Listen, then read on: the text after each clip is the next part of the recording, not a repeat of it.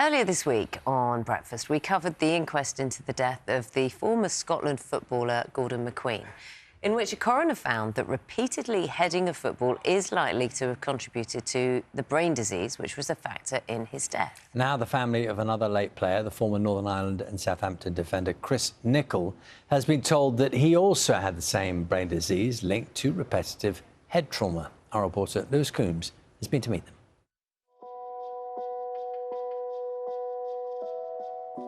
It was the game he loved, and now a recognition that it was the game that likely contributed to Chris Nicholl's death.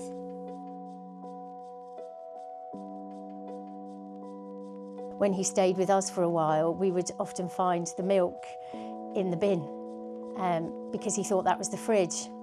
And when he'd come to his grandson's football matches, I would have to remind him every 10 minutes or so which was his grandson. It's just heartbreaking. He'd forgotten how to speak, eat and drink. Yeah, that was awful to watch. A powerful centre-half who won many jewels in the air for Southampton in the 1970s and 80s during a 20-year playing career. Chris Nicholl's death certificate has now been changed to reflect he had brain disease linked to repetitive head trauma.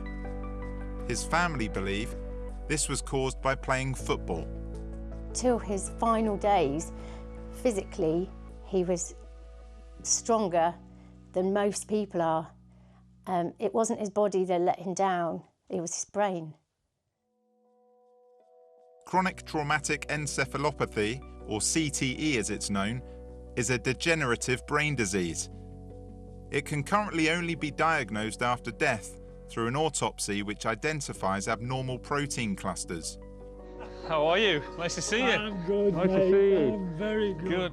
As investigated by former Southampton and England striker Alan Shearer in a BBC documentary, Chris Nicholl is one of a number of footballers whose families claim that heading footballs was the cause of dementia and ultimately their death. I think we've suspected for probably about 12 years that the repeated head trauma and him heading footballs caused the CTE condition. The finding at Salisbury Coroner's Court further reinforces the family's view. It's kind of a small victory that, yes, you know, it's there on the death certificate. Doesn't help him. No.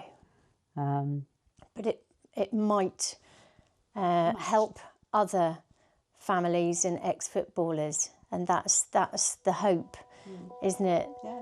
We're hoping really that this publicity that we're getting will actually make football respond and do something. Just offer support and help to those families who really, really need it, because they do need it. They're selling homes, selling trophies to pay for care. What do you think Chris would have made of today's news? He'd have probably said, yeah. I knew it. Yeah. I was right. Yeah.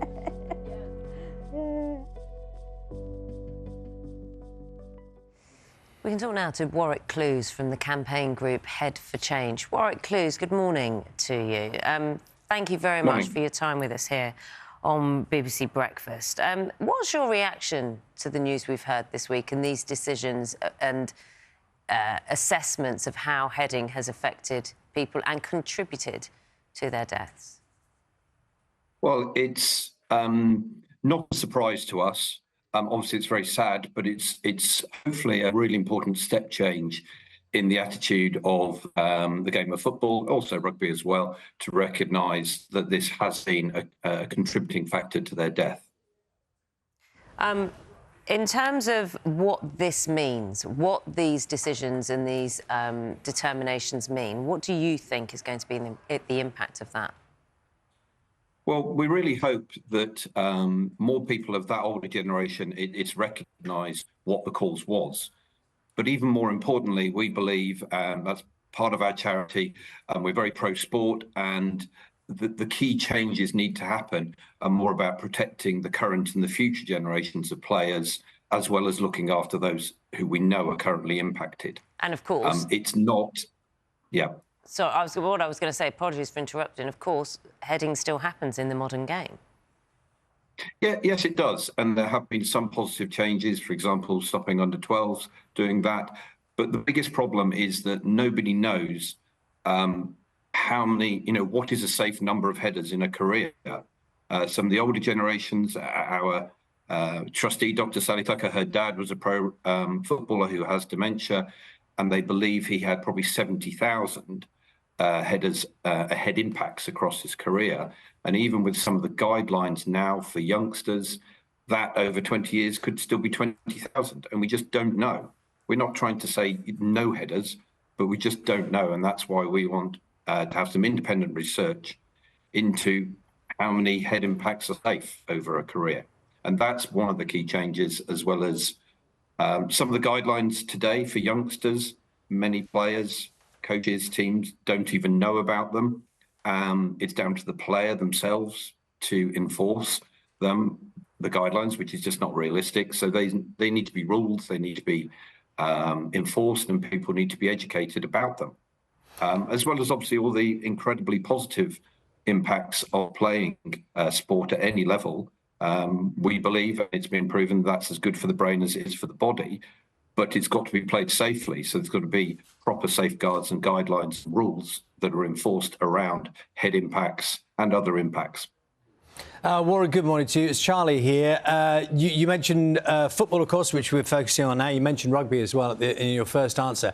Are there sports, maybe elsewhere in the world, that are further ahead than we are in terms of the safeguards, the precautions, or even the research?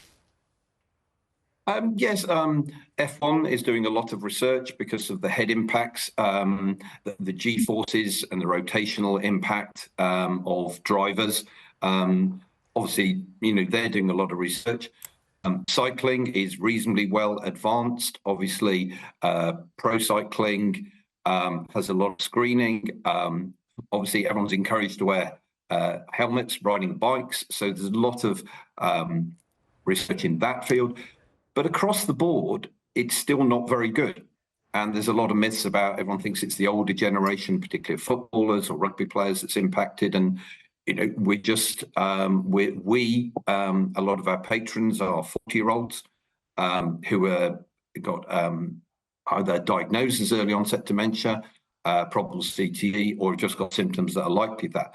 And that's what we've got to do. We've got to look after, but do more research and protect youngsters. So many sports are starting, but we believe they need to do a lot more to promote the sport, but also to increase safe participation in these sports. Warren, you're obviously a sports fan as well as someone who's campaigning for safety.